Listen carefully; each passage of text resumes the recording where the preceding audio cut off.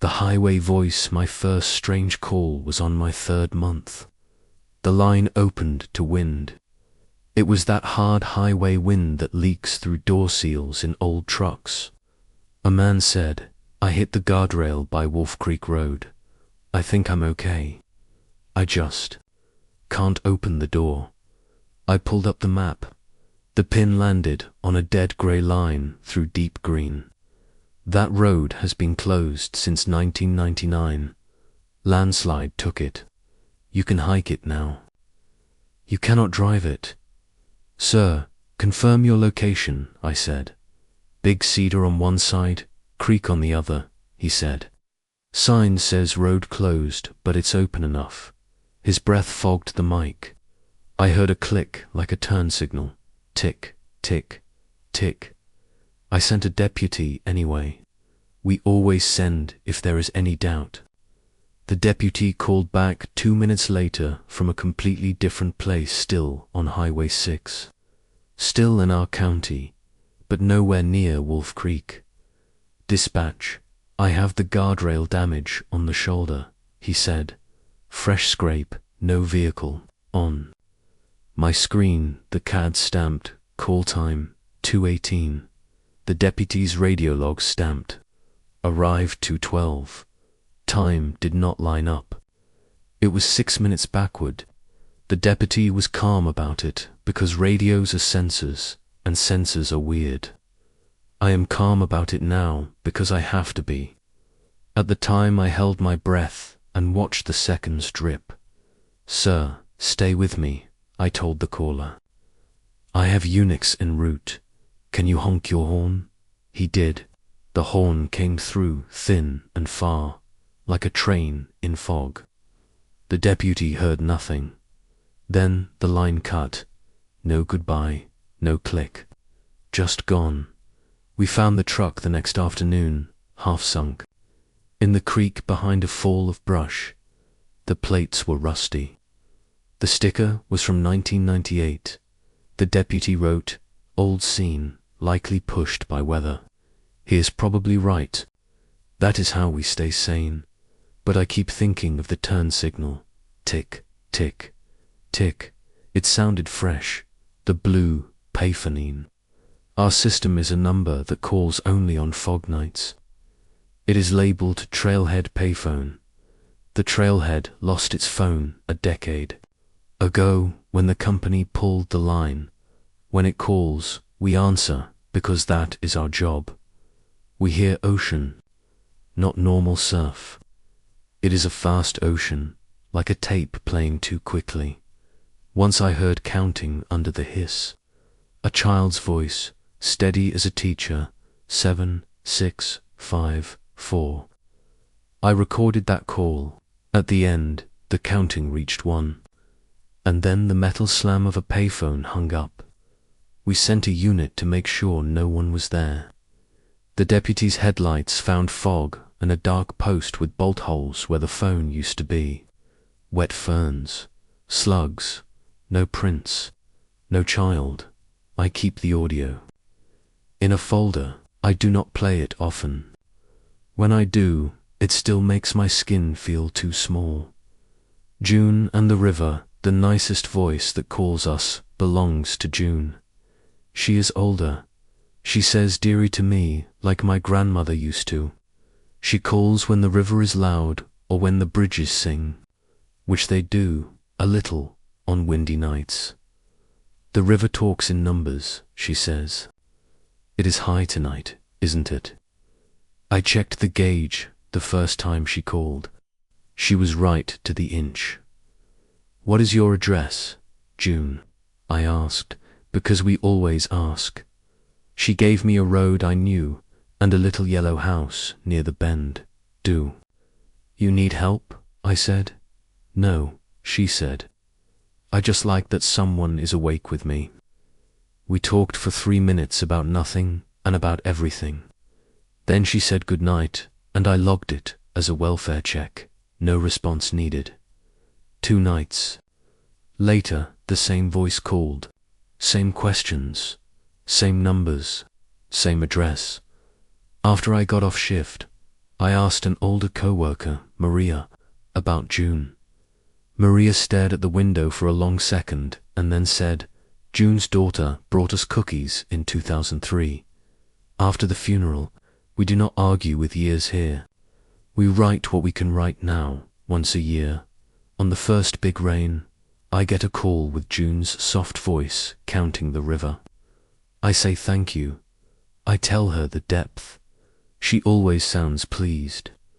I do not tell her about the cookies. The rule about milepost 19, if milepost 19 calls after 3:03 a.m., we transfer to a supervisor. This is not in any manual. This is in a coffee-stained note taped under the desk. It is there because of a night last winter. It was 3:03 on my watch when the line rang. The caller ID said unknown MP19. I picked up and heard tires on gravel and someone breathing like they had been running. Help, the woman said. He's in the road. Who is in the road? I asked. My husband, she said. I hit him. I didn't see him. I think I killed him. I asked for the milepost. 19, she said. I started units. I kept her talking. I told her to turn on hazards and keep the car in park and to breathe. Then a second line rang. The ID also said unknown MP19. I put the first caller on hold and answered the second. 911. What's your emergency? A man whispered, help. My wife hit me. I didn't see her. I think I'm dying. Same description, same milepost. I put him on hold too. I looked at both lines. They glowed side by side like two eyes. The deputy arrived in 4 minutes. He saw no vehicles, no woman, no man, no skid marks, no anything. Shoulder is clean, he said. Road is empty. Both lines went dead the moment he said it. Our supervisor listened to the recordings. He wrote the rule. When MP19 calls at 3:03, he takes it. He sits with the ghost of it so we can keep working. The call from our own number there is a sound I. No, now, it is not the ring. It is the half second before the ring. The lines breathe in. The room changes weight. Then a call falls into your hand. At 2:14 on a Tuesday, our board lit. Line 3 flashed our own 10-digit number. The display shouldn't do that. It did it anyway, Maria mouthed. Don't. But I already had the headset on. 911, what is the address of your emergency? I said, because I always start with the address. My voice answered me. My voice, my same pace. My same little catch on the word address when I'm tired. Don't talk, it said. Listen. I muted my mic. My throat clicked dry. You have exactly 3 minutes, my voice said in my ear. In 3 minutes you will smell wet cedar. Do not answer line 5. Let it time out. When the radio pops like a bulb, pull the fire alarm and walk everyone out. To the parking lot. Don't take your mug. Don't take your phone. Take the red binder under the printer. That's all. I wrote as fast as I could. The words looked like someone else's writing, but they were mine. How do I know this is real? I asked, whispering to a voice that didn't need air. You don't, the voice said. But I am you, and you know how you hate this question. What if I didn't try? The line clicked. Dead. No noise left. Just the hum of the room. I stared at the clock. 2 minutes passed. Then the smell came sweet and sharp, like a stump after rain. Line 5 rang. The display said blocked caller. I let it ring. The sound wanted me to pick up. It reached into my hand like heat. I didn't touch it. The radio cracked like glass. All at once, our consoles went black. Screens dead. I stood up on instinct and pulled the fire alarm by the door. The siren inside the building began its metallic howl. Maria looked at me like I had jumped into a river.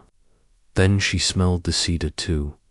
We gathered, the three of us on duty, grabbed the red binder, because when the lights die you go manual, and walked to the parking lot. The siren made a high little theme in the empty hallway. We didn't talk. We counted heads. We waited. The power came back in 4 minutes. The fire chief checked the panel and said a breaker tripped in a way he had never seen before, which is a phrase we hear a lot. We reset. We went back to work. I made coffee with hands that shook. In the log, I wrote, "Electrical surge, evacuation as a precaution." I did not write, my own voice told me to. But I taped a note under the desk for whoever comes next. If the line shows our number, listen. If you smell cedar, wait. If the radio pops, don't be a hero. Alarm, binder, out. The map that folds wrong, we have a paper map in a drawer, because computers lie sometimes. The map is big. It has creases like old skin. The corners are soft. I found a note in the margin one night in my handwriting. I don't remember writing it. Do not send anyone to exit 17 after midnight. We do not have an exit. 17, our highway jumps numbers because of an old project that never happened. The map shows a blank where 17 would be. Near dawn that same night, a man called in. "I'm lost," he said. I took exit 17 to turn around. Now the road keeps splitting and coming back together. My gas gauge is stuck. There's a sign for a town called Erminton, but I can't find it on my GPS. There is no Erminton here. Stay. On the main road, I said. Do not turn. Keep your headlights on low. Tell me every sign you pass. He read signs like lines in a poem. Slow children, bridge ices before road. Now leaving Erminton, then now entering Erminton again. I wanted to send him help. The note on the map stung my fingers. Keep talking, I said. Stay on the line. If you see a green sign that says, to 101, take it. If you see a sign that says Mira's Diner, pull in and call me from inside. Why? Because someone will know your name there, I said, and they will give you coffee you should not drink. I don't know why, I said. It just came out. Maybe I heard it once, and the memory sat somewhere dark. He took the green sign. 10 minutes later, he saw real highway again. He started to cry from relief. I logged the call as a motorist assist. I did not mention Erminton after he hung up. I took a pen and wrote under the first note in my usual neat block letters.